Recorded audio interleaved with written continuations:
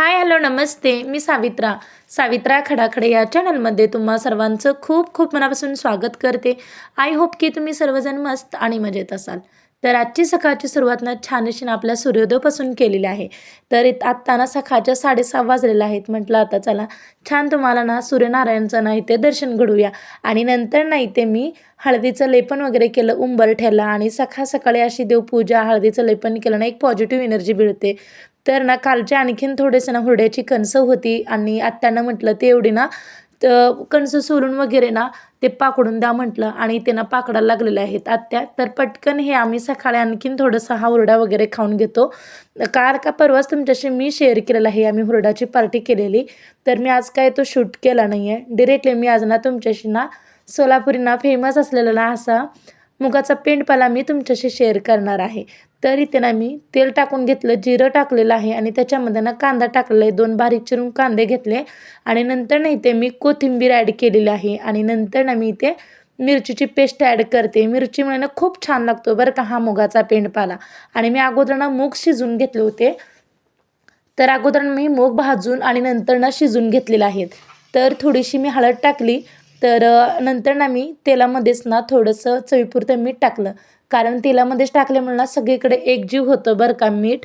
आणि नंतर ना इथं मी शिजून घेतलेलं होतं ना मूग, तर तेही ॲड केलं कढईमध्ये. तुम्हाला दिसत असेल तर एकदम मी थोडंसं मऊ सॉफ्टली शिजून घेतलेलं आहे.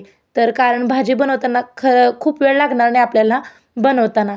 तर इथे तुम्ही पाहू शकता खूप छान इथे ना आपला मुगाचा पेंडपाला तयार होतो. तर याच्यामध्ये मी शेंगदाणे घालायचे विसरले. काही जण शेंगदाणे पण टाकतात, तर काही जण ना असंच मी जसं बनवलेलं आहे तसंही बनवतात. खूप छान लागते बरं का ही गरमागरम भाकरीबरोबर चपातीसोबत सुद्धा खूप छान लागतं. आणि इथे माझा सकाळचा स्वयंपाक झाला आणि नंतर ना मी इथे काल लोणी काढलेली होती. घरच्याच आपल्या साईपासून लोणी वगैरे बनवलं होतं. तर फ्रीजमध्ये ठेवल्यामुळे एकदम थंड आणि घट्टसर गोळा झालेला आहे.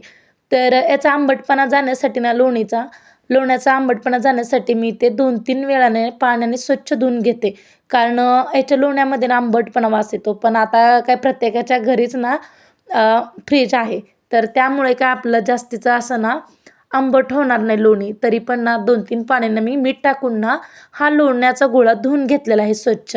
तर इथे ना मी गॅस ऑन केला आणि नंतर मी हेच पातेलं ठेवणार आहे बरं का. तर चला छान असं ना आपल्या घरच्या साईपासून ना लोणी बनवणं आणि ह्या लोणीचंच आता आपल्याला तूप कढवायचं आहे. तर इथे तुम्ही पाहू शकताय खूप छान आता ना हा लोण्याचा गोळा मेल्ट होतोय. तर नाही म्हटलं तर एक 20 मिनटं तरी लागतील आपल्याला हा तूप बनवायला. तर लोणी कढायला थोडीशी उशीर लागते कारण गॅस मंद आचेवर ठेवावा लागतो ना, तर त्यासाठी.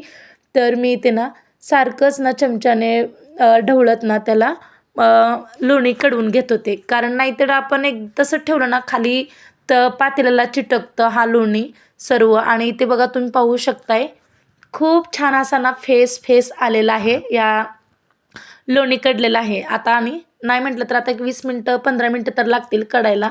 आणि आता निम्म्यापर्यंत ना छान अशी त्याची बेरी पण जमा होऊ लागलेली आहे. आणि आम्ही 8 दिवसातून किंवा 15 दिवसातून असं आपल्या घरच्या घरी छान असं साईपासून लोणी बनवून लोण्याचं तर बनवतं. आणि ते तुम्हाला दिसत असेल खूप छान आहे ना आपलं लोणी कढते. आणि याचा स्मेल काय अजिबात नाही आहे. कारण आपण 2-3 पाण्याने स्वच्छ पाण्याने धुवून घेऊन ना थोडंसं मीठ टाकून धुवून घ्यायचं. अजिबात हा लोणी कढवताना वास अजिबात येत नाही. तर काही जणांचं बघा खूप म्हणजे खूप वास येतो बरं का लोणी कढवताना. पण आम्ही काय करतो की मीठ टाकून 2-3 पाण्याने स्वच्छ धुतलं की अजिबात वास येत नाही. तर इथे छान असं ना आपलं लोणी कढलेलं आहे. तूप बनतं आता. आणि याच्यामध्ये ना मी तुळशीचं पान टाकलं आणि थोडंसं पाण्याचा हापका मारलेला आहे. आणि एक 2 मिनटं असं ठेवून द्यायचं. तर तुम्हाला मी दाखवते नंतर की खूप छान मी थोडासा व्हिडिओसाठी ना असं मी दाखवलेलं आहे. आणि नंतर ना मी आणखीन थोडीशी थाळी झाकणार आहे बरं का. आणि 15 मिनिटांनी ते बघा तुम्ही पाहू शकताय खूप छान होतं ना आपला तूप बनलेलं आहे. तर याच्यामध्ये ना मी आपल्या तुळशीचं पान आणि थोडीशी विलायची पावडर होती ते टाकलं. आणि थंड झाल्यानंतर मी गाळून घेते. आणि याचा कलरसुद्धा बघा खूप छान आलेला आहे एकदम असं चॉकलेटी. आणि आता ना दुसऱ्या दिवशी ना रवाळ बनतं. तर मी तुम्हाला कधीतरी दाखवेन आपलं तूप कसं बनलेलं आहे रवाळ बनलेलं दुसऱ्या दिवशीचं.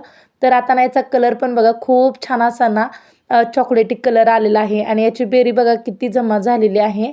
तर नाही म्हटलं तरी बघा 8-10 दिवसाची साईची बघा एवढं तूप निघलेलं आहे. आणि घरच्या घरी शुद्ध सात्विक असं ना आपलं तूप आहे. तर खूप छान इथे ना आपलं तूप तयार झालेलं आहे. तर दुसऱ्या दिवशी ना हा डबा ना एकदम रवाळ रवाळ बनतं बरं का याच्यातलं तूप. तर तेच छान होतं बरं का तूप. खरं तर खूप छान कडवलं ना लोणी तर आपलं तूपही खूप दिवस टिकतं आणि त्याला अजिबात दुर्गंधी वगैरे येत नाही. वास तरी खूप छान येतो. तर मी नेहमी अशाच पद्धतीने बनवते बरं का. आणि खूप दिवस झाला म्हणजे मी तुमच्याशी शेअर करावं म्हणते ते पण झालंच नाही. तर आज शेअर केलं तूप कसं मी बनवलेलं आहे. तर इथे ना नंतर ना स्वयंपाकाची तयारी चाललेली आहे आणखीन. तर मेथी हा संध्याकाळचा मी शूट केलेला आहे डिरेक्टली. मेथीची भाजी बनवायला घेतलेली आहे डाळ टाकून. तर भरपूर सारी अशी ना 2 पेंड्या घेतलेल्या आहेत मेथी. तर स्वच्छ त्याला निवडून धुवून वगैरे घेतलं. तेल टाकलं आणि त्याच्यामध्ये लसूण टाकलेलं आहे आणि नंतर लसूण ना थोडासा गोल्डन रंग येईपर्यंत परतून घेतला आणि नंतर ना याच्यामध्ये मी मेथीची भाजी स्वच्छ धुवून ॲड केलेली आहे. तर नंतर मी इथे ना मुगाची डाळ भिजत घातली होती. ते पण मी ह्याच्यामध्ये ना एक 15-20 मिनिटं मुगाची डाळ भिजू घातली आणि नंतर ना ह्याच्यामध्ये कढईत ॲड केलेली आहे. तर अजिबात कडवटपणा आपली मेथीची भाजी होत नाही. तर काही काही भाज्या ना कडवट होतात मेथीच्या. तर नंतर इथे बघा भाजी शिजत येतानाच मी मीठ टाकलं आणि छान लागते बरं का अशी मीठ टाकून. तर याच्यामध्ये ना मिरचीची पेस्ट टाकलं तरी पण छान लागतं. पण इथे मी शौर्य खाणार आहे म्हणून मिरचीची पेस्ट काही वापरलेली नाही. तर नंतर इथे ना मी थोडासा शेंगदाण्याचा कूट ॲड केलेला आहे. फक्त 1 चमचा टाकायचा. जेणेकरून या मेथीला पाणी सुटलेलं असतं ना, ते शेंगदाण्याचं कूट ना शोषून घेतं आणि नंतर इथे कणिक पण मी भिजून ठेवली होती. तर छान अशी कणिक भिजली आणि मी एक अर्धा तासाने मी चपात्या बनवायला घेतलेल्या आहेत. तर इथे बघा तुम्ही पाहू शकताय, कणिक छान भिजल्यानंतर ना आपली चपाती एकदम छान आणि टुम्म-टुम्म फुगते. तर चला पटकन एवढ्या भरपूर साऱ्या अशा मी चपात्या बनवून घेते. तर नंतर इथे ना मी छान अशी ना मटकी भिजू घातली होती. त्याला मोड बघा किती छान आले. मटकीची भाजी बनवली आणि नंतर इथे मी झाडू पण मारायला घेतलेला आहे. तर आता सर्व स्वयंपाक झाला संध्याकाळचाही. तर तुम्हाला आजचा माझा व्हिडिओ कसा वाटला आणि मी बनवलेलं तूप कसं वाटलं नक्कीच कमेंट करून सांगा. आणि तुम्हाला जर माझा थोडा जरी व्हिडिओ आवडला तर एक लाईक करा आणि जास्तीत जास्त लोकांपर्यंत शेअर करा.